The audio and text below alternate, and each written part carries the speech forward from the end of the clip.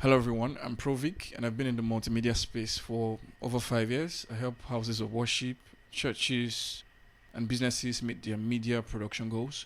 So whether you're a newbie trying to start a podcast or you're already involved in media production and you need the right workflow, tools, or creative ideas to finish your project, I'm your guy. So you can reach me through the email in the description below.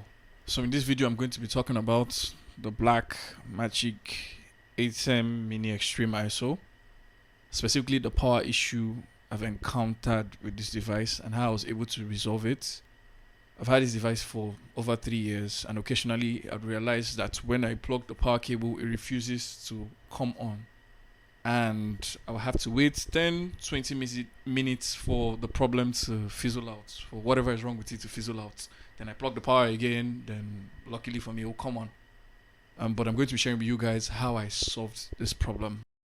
So in case you have a setup like mine where you use your Blackmagic device primarily as a switcher and you have a PC that you use for streaming that is connected to the Blackmagic device via USB Type-C, ensure that when you want to power on your device that the PC is connected from the device. So I'd rather you disconnect it from the PC end than the Blackmagic device itself, and that would solve the problem.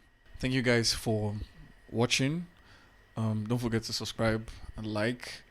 If you have questions on this device you'd like for me to address, please drop a comment below.